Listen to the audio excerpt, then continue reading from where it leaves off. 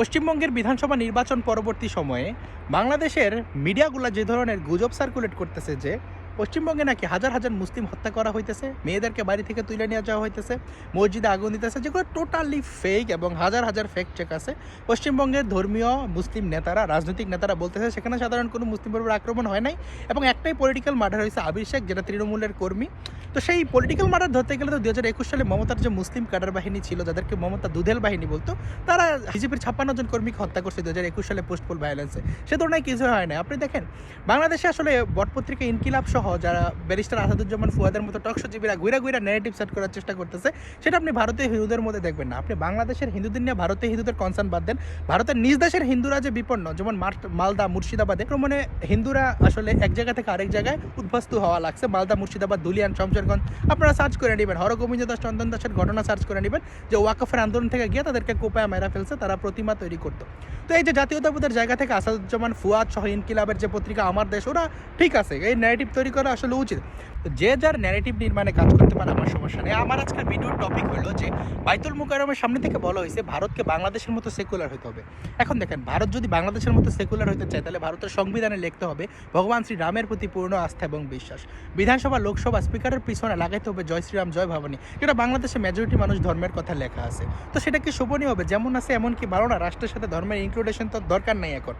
তো যাই হোক, এখন কথা হলো যে পোস্ট পোল ভায়োলেন্সের ভিত্তিতে আমরা যদি ভারতকে বাংলাদেশের মতো সেকুলার দেখতে চাই, তাহলে পশ্চিমবঙ্গে আসলে কী ধরনের নির্যাতন হয়েছে? আপনারা দেখছেন যে 34টা মুসলিম প্রপার্টিতে আক্রমণ হয়েছে, একজন মুসলিম ব্যক্তি নিহত হয়েছে। তাহলে 2001 সালের নির্বাচন পরবর্তী সময়ে শুধুমাত্র ভোলার চরফেশনে 200 হিন্দু নারী ধর্ষিত হয়েছে, যেটা প্রতিবেদনে উঠে আসছে।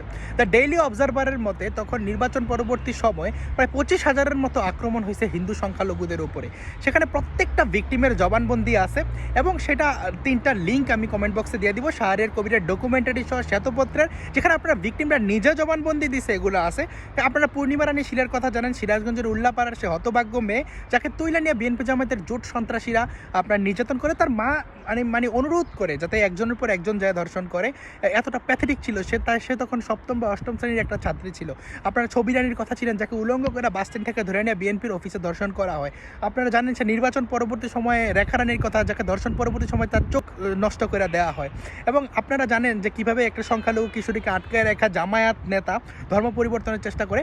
আমি আপনার প্রতিবেদন লিঙ্ক দিয়ে দেবো, আপনারা সবাই দেখতে পারবেন। মানবিক মানুষের সকল হিন্দুর উচিত সেই 3টা রিপোর্ট দেখা, যেটার নাম বাংলাদেশ 2001। এবং প্রত্যেকটা ইন্টারন্যাশনাল মিডিয়ার প্রতিবেদন আছে এই যে আক্রমণের উপর।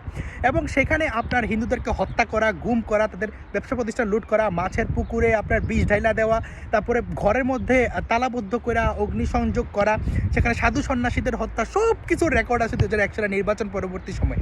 দেখেন, পোস্ট পোল ভায়োলেন্সে কারো মৃত্যুই কাম্য না। সেক্ষেত্রে আবির শেখের মৃত্যু হয়েছে, আন্দোলন করতে পারে, কোনো সমস্যা নেই। কিন্তু আপনি প্লিজ বাইতুল মুকাররমের সামনে থেকে বলেন যে ইউরোপ আমেরিকার মডেল যেন ভারত ফলো করে, কারণ বাংলাদেশের নিয়ম তো সেকুলারিজম। বাংলাদেশে সেকুলারিজম ফলো করতে গেলে এবার হাজার হাজার মানুষের জীবন নিয়ে টান দিবে। তো আসলে তো এটা দরকার নেই। বাংলাদেশে তো সেকুলারিজম নাই, বাংলাদেশে সেকুলারিজম আছে। বাংলাদেশে সেকুলারিজম থাকলে না বাংলাদেশের মতো সেকুলার হইবে।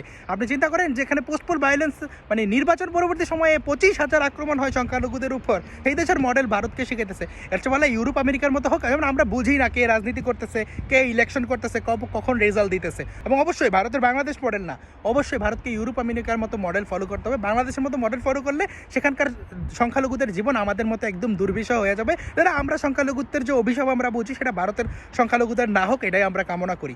ধন্যবাদ সবাইকে। এবং কমেন্ট বক্সের বাংলাদেশ 2001 ডকুমেন্টারিগুলো অবশ্যই দেখবেন, প্রতিবেদন শ্বেতপত্রগুলো পড়বেন।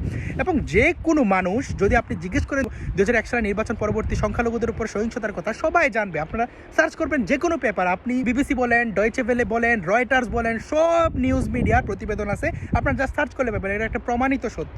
ধন্যবাদ সবাইকে। ভিডিও ভালো লাগলে লাইক, কমেন্ট, শেয়ার করে পাশে থাকতে পারেন।